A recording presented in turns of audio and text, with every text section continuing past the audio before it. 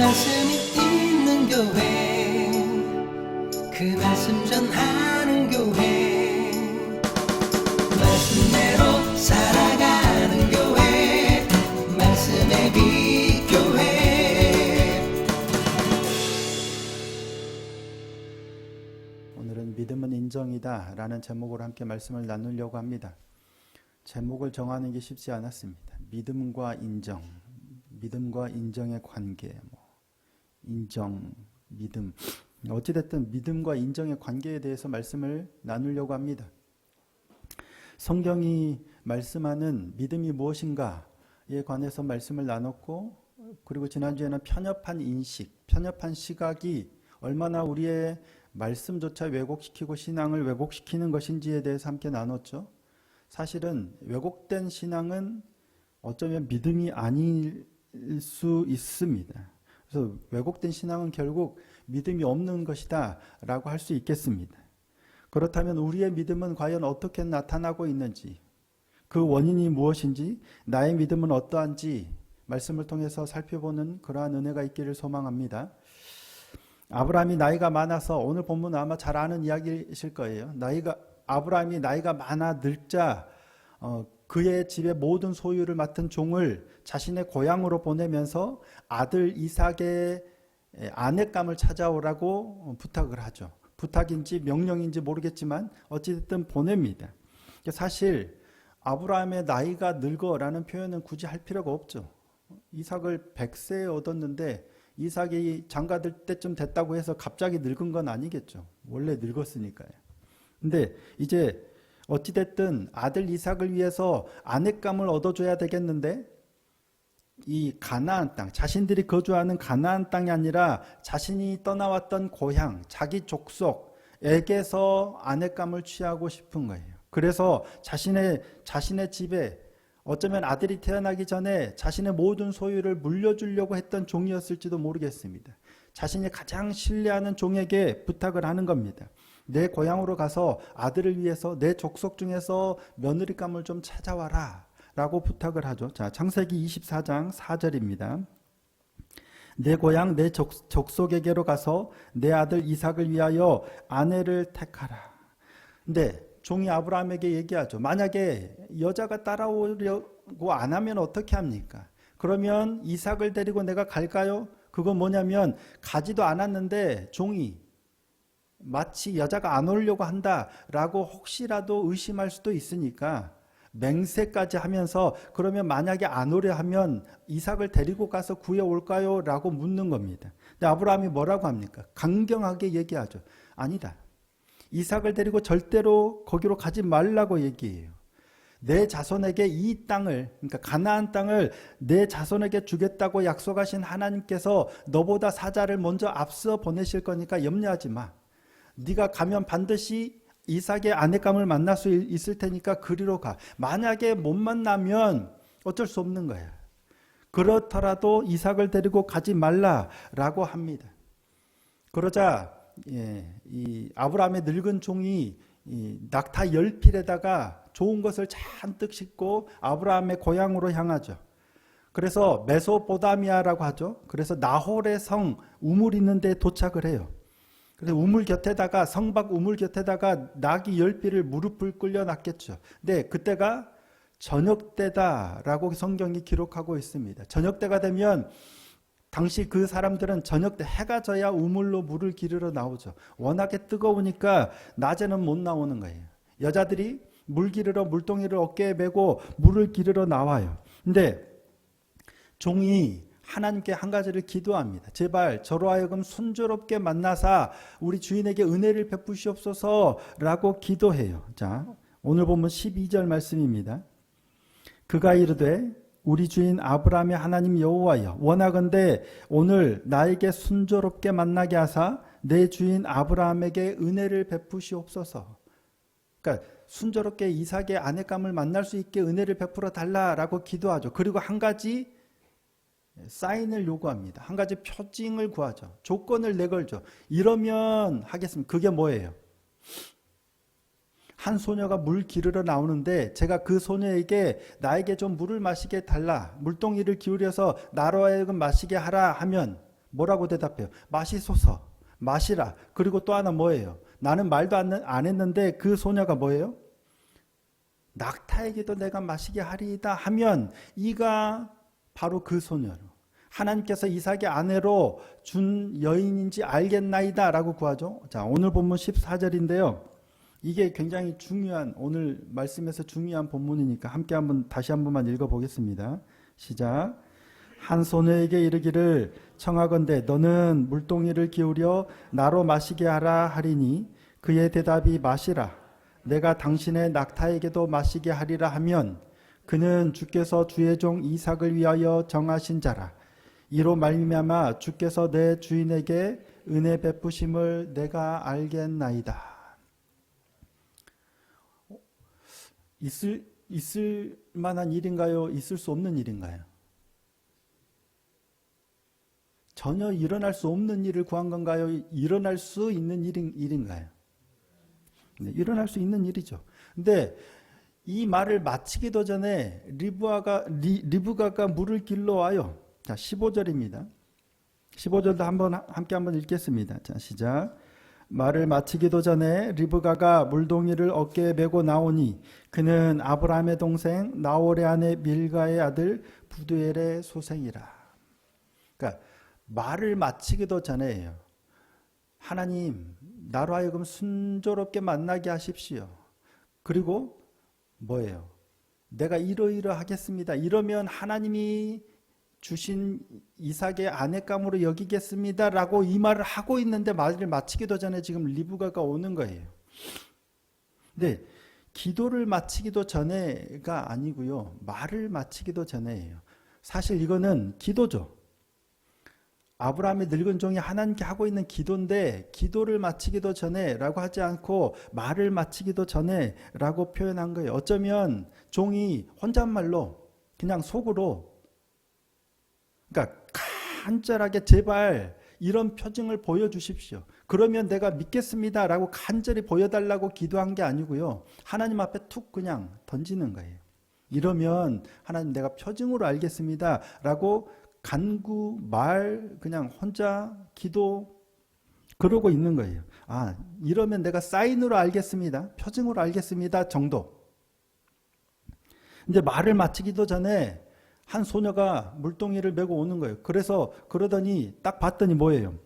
심히 아리답고 남자가 아직 알지 못하던 처녀예요.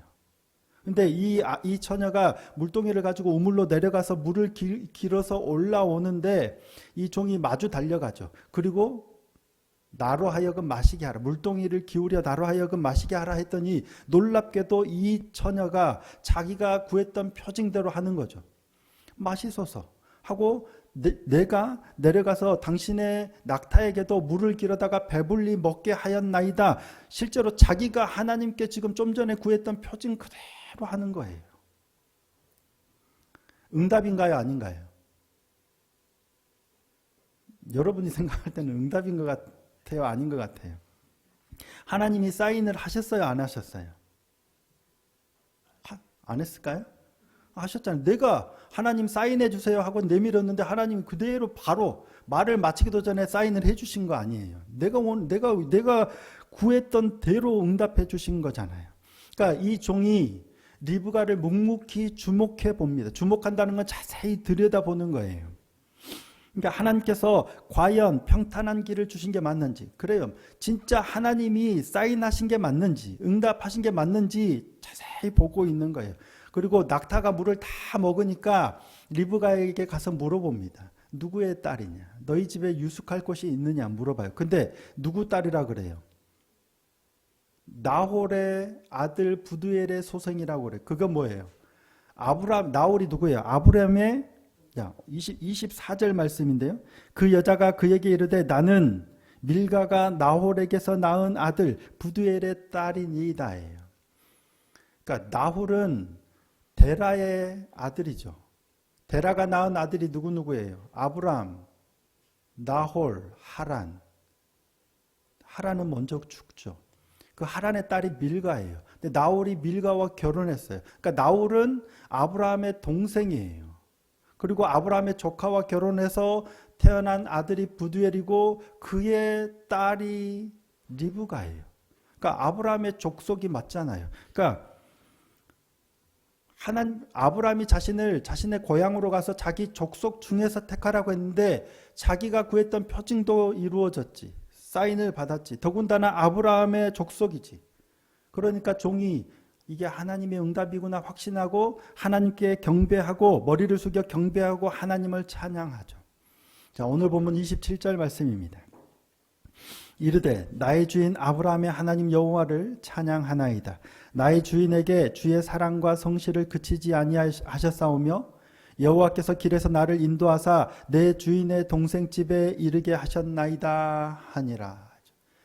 종이 진짜 하나님이 응답하셨구나 라고 확신하고 감사하며 찬양하는 거잖아요. 아브라함의 종은 믿음이 있어요, 없어요? 있죠. 하나님을 믿었어요. 그래서 하나님께 기도하고 표징도 구했는데 표징을 보여주시니까 그거를 인정해요. 하나님의 표징이라고 인정하고 믿어요. 그래서 찬양해요. 믿음이 있는 거예요. 그가 하나님께 사인을 구했고 하나님이 자신이 구한 사인대로 응답하신 것을 믿은 거예요. 이게 바로 믿음이에요. 종이 구한 사인이 뭔가요? 여인에게 물을 달라 요청하면 나에게뿐만 아니라 낙타에게도 먹이겠다고 하는 거예요. 근데 많이 들어보셔서 아시겠지만 우물로 내려가서 물을 길어다가 낙타 10마리에 먹이는 게 쉬워요? 쉽지 어려워요? 엄청 어렵겠죠. 물동이가 얼마나 할지 모르겠지만 여인이 그 중동 지역에서 물동이를 그냥 떠와서 잠깐 기울여서 마시게 하는 게 아니라 10마리면 얼마나 배불리 먹이려면 얼마나 떠와야 하는지 몰라요. 어찌됐든 얼마나 힘들지 모르겠지만 엄청나게 힘든 일인 것 같아요. 하지만 그렇다고 해서 불가능한 일은 아닙니다. 얼마든지 있을 수 있는 일이에요. 비록 힘든 일이긴 하지만 얼마든지 일어날 수 있는 일이란 얘기예요. 그러니까 확률적으로는 여기에 우리가 만약에 우리 모두가 가서 이런 테스트를 받는다 하면 받아들일 확률은 훨씬 낮을지 모르겠어요. 거의 대부분 그냥 당신만 마시세요. 네, 드릴게요 하고 끝날 확률이 훨씬 높죠. 내가 자원해서 당신 낙타들까지 배불리 먹이겠다 할 확률은 거의 없어요. 하지만 불가능한 일은 아니란 얘기죠.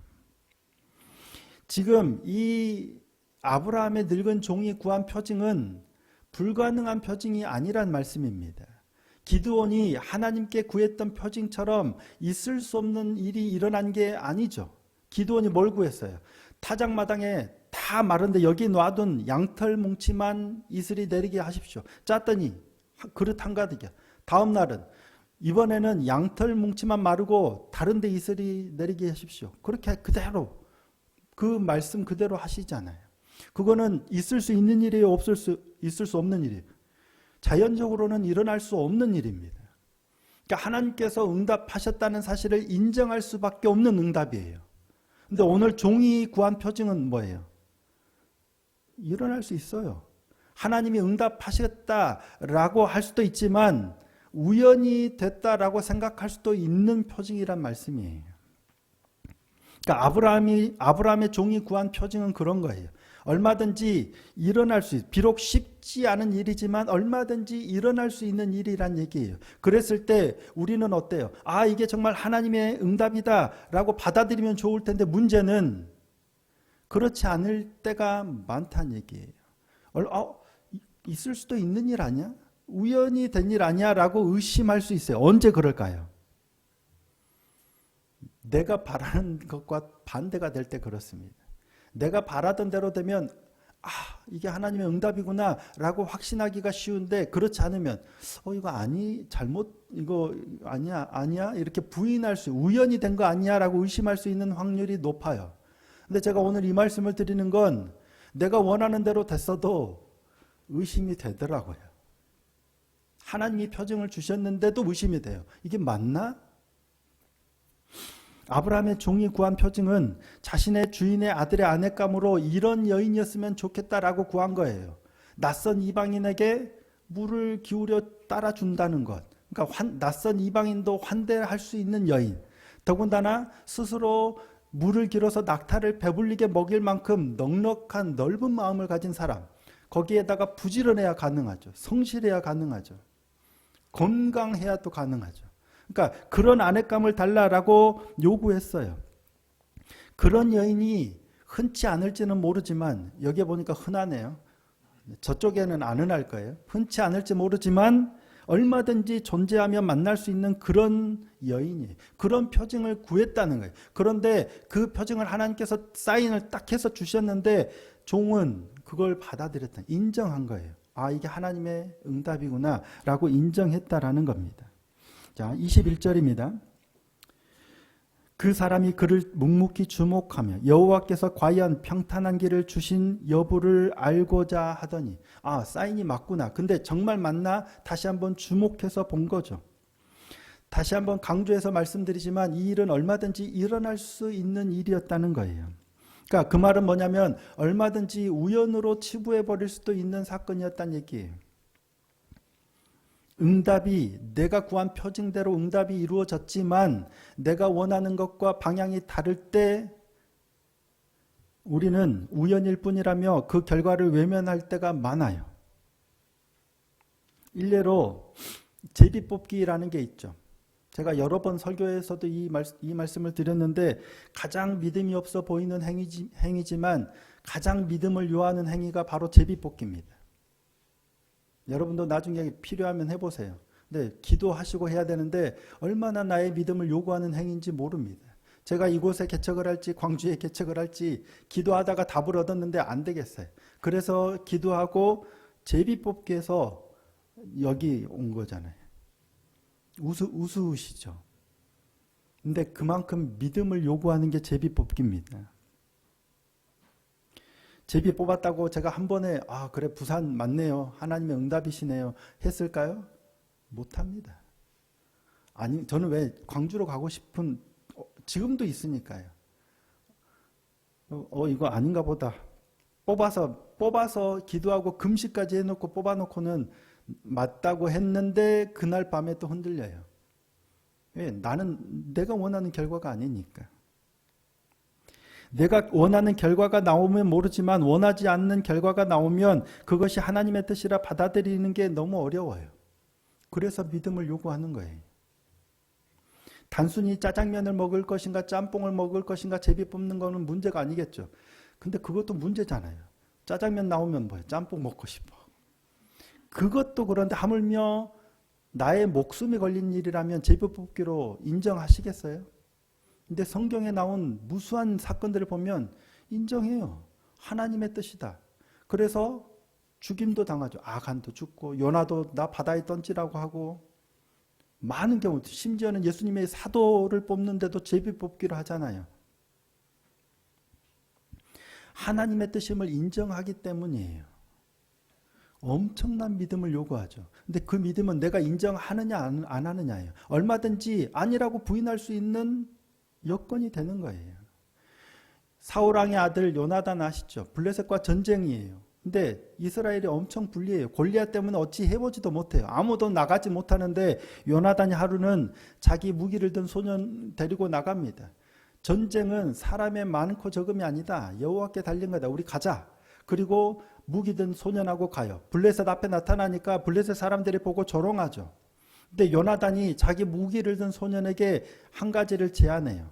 저들이 우리를 보고 우리가 너기 거기 있어, 우리 내려갈게 하면 우리가 여기 있겠지만 만약에 그들이 올라오라 하면 뭐예요?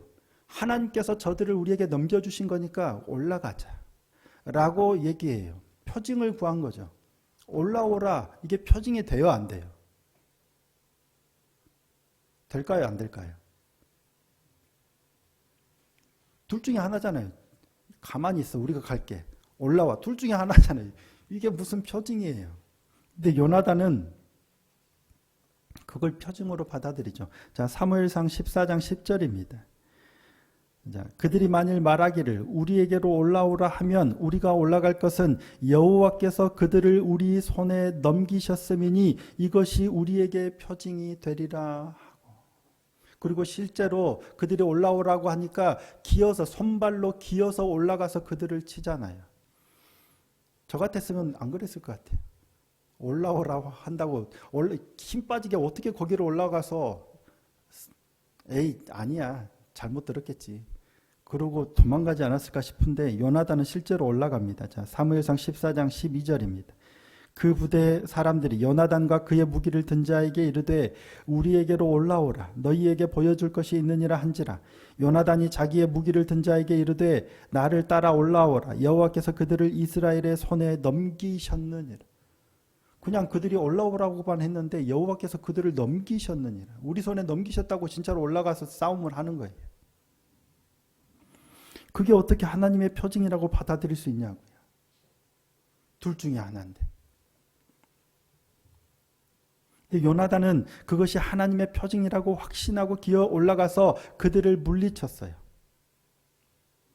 왜 그랬을까요?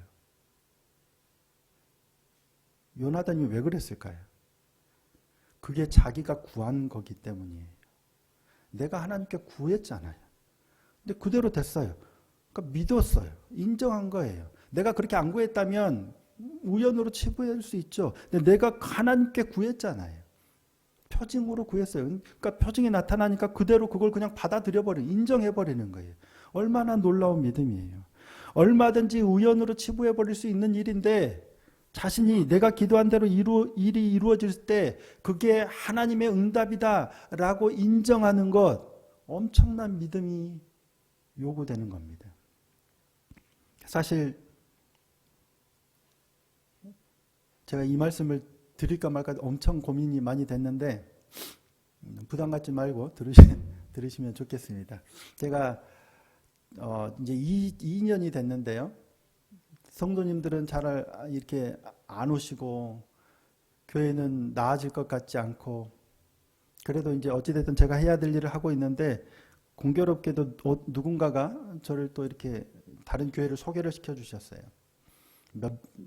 한 몇백 명 되는 교회도 한번 소개시켜 주시고 한 군데는 나중에 알았는데 알았으면 거기 몇 명이나 되는지 알았으면 갔을지도 모르겠어요. 한 80 몇 명, 90 몇 명 되는데도 소개시켜 주셨어요. 근데 안 갔어요. 근데 안 갔는데 금년에 또 그럴 기회들이 올 수도 있잖아요. 사실 또 기회들이 오고도 있어요. 그래서 제가 미리 하나님께 기도했어요. 하나님께 기도했어요.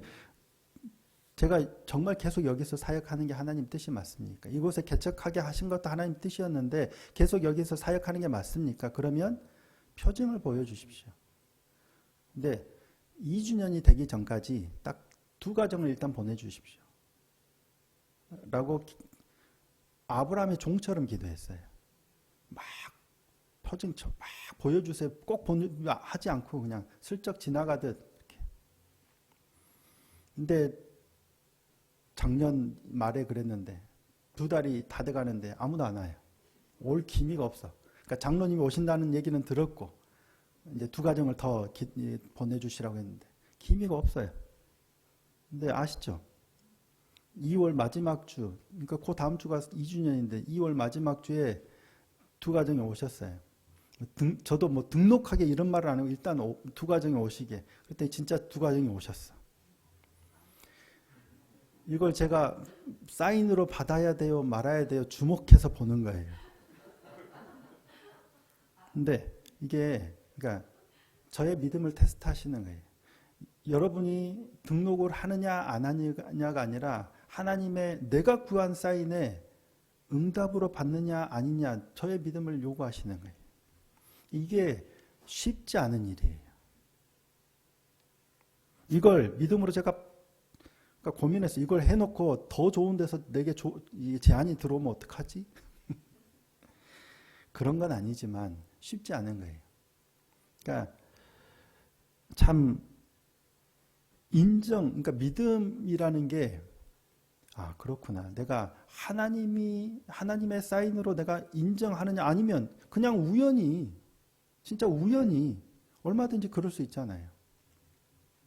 얼마든지 우연으로 치부해 버릴 수도 있는 일이지만 내가 기도한 대로 그것도 막 열심히 간절히 기도한 것도 아니고 슬쩍 이렇게 했는데 이루어지면 그걸 하나님의 응답으로 인정하는 것.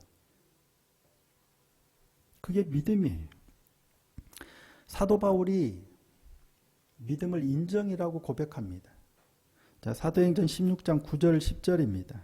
밤에 환상이 바울에게 보이니 마게도냐 사람 하나가 서서 그에게 청하여 이르되 마게도냐로 건너와서 우리를 도우라 하거늘 바울이 그 환상을 보았을 때 우리가 곧 마게도냐로 떠나기를 힘쓰니 이는 하나님이 저 사람들에게 복음을 전하라고 우리를 부르신 줄로 인정함이니라 해요. 그냥 꿈 꿨구나, 그냥 환상 봤구나 라고 무시하면 그만이에요. 근데 하나님이 우리를 보내셨구나로 인정하는 거예요. 그게 그러니까 내가 취하는 거예요. 올라오라, 하나님이 넘기셨구나, 인정하니까 올라가니까 하나님이 일하시잖아요. 만약에 인정하지 않으면 일하지 않으세요. 내가 인정할 때 하나님께서는 역사하시는 거예요. 믿음과 불신은 정말 종이 한 장 차이인 것 같습니다.